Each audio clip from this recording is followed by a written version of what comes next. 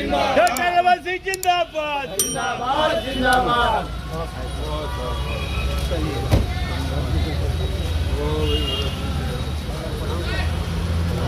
देखिए, ये सरकार जहां उंगली रखोगे उस क्षेत्र में बड़ा से बड़ा घोटाला है।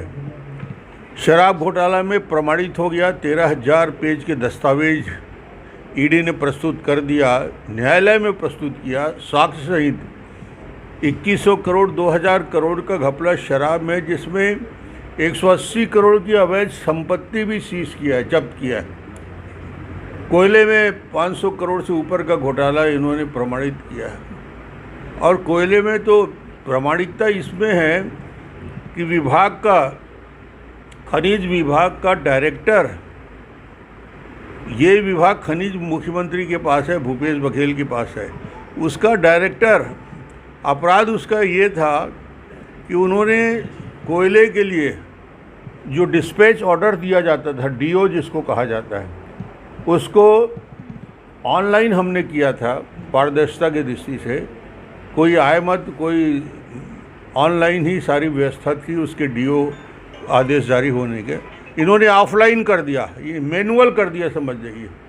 आदमी जाएगा तभी उसको डिस्पैच ऑर्डर मिलेगा, 25 रुपये प्रति टन। 500 करोड़ से ज़्यादा का घोटाला हुआ।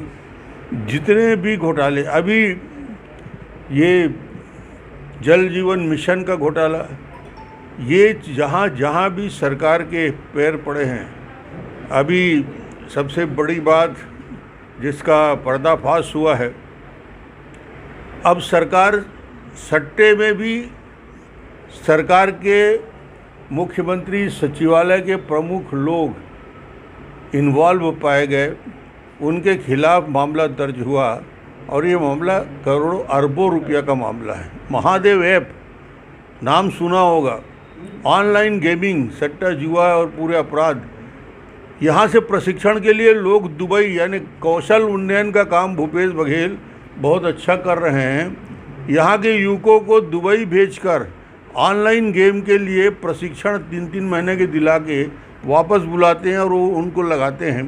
ये हालत है छत्तीसगढ़ में भूपेश सरकार के।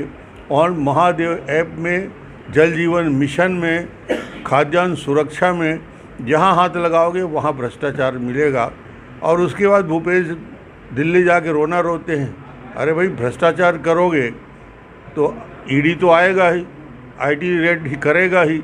और ये प्रमाणित मामला दस्तावेज में जब प्रमाणित हो गया, न्यायालय में चालान पेश हो गया, 7-7 महीने से लोग जेल के अंदर हैं, इसके बाद और क्या साक्ष्य चाहिए? न्यायालय भी मानती है कि अपराध हुआ है, भ्रष्टाचार हुआ है। अब उनके इतने भ्रष्टाचार के बाद, इतनी अव्यवस्था के बाद, सारे विकास कार्य ठप करने के बाद, यदि छत्तीसगढ़ की जनता उनके जन घोषणा पत्र का हिसाब लेगी तो ये आने वाले समय में कांग्रेस का पूरे छत्तीसगढ़ में पूरी तरीके से सफाया होने वाला है। उनको परेशानी ये हो रही है कि हमने 21 नाम घोषित कर दिया और शानदार उसकी प्रतिक्रिया आ रही पूरे प्रदेश में।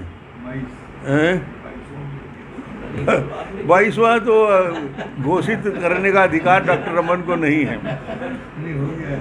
घोषित करने का अधिकार मुझे नहीं है। 21 घोषित। थोड़ी जरूरत पड़ रही है, मैं भी लिख के दूंगा।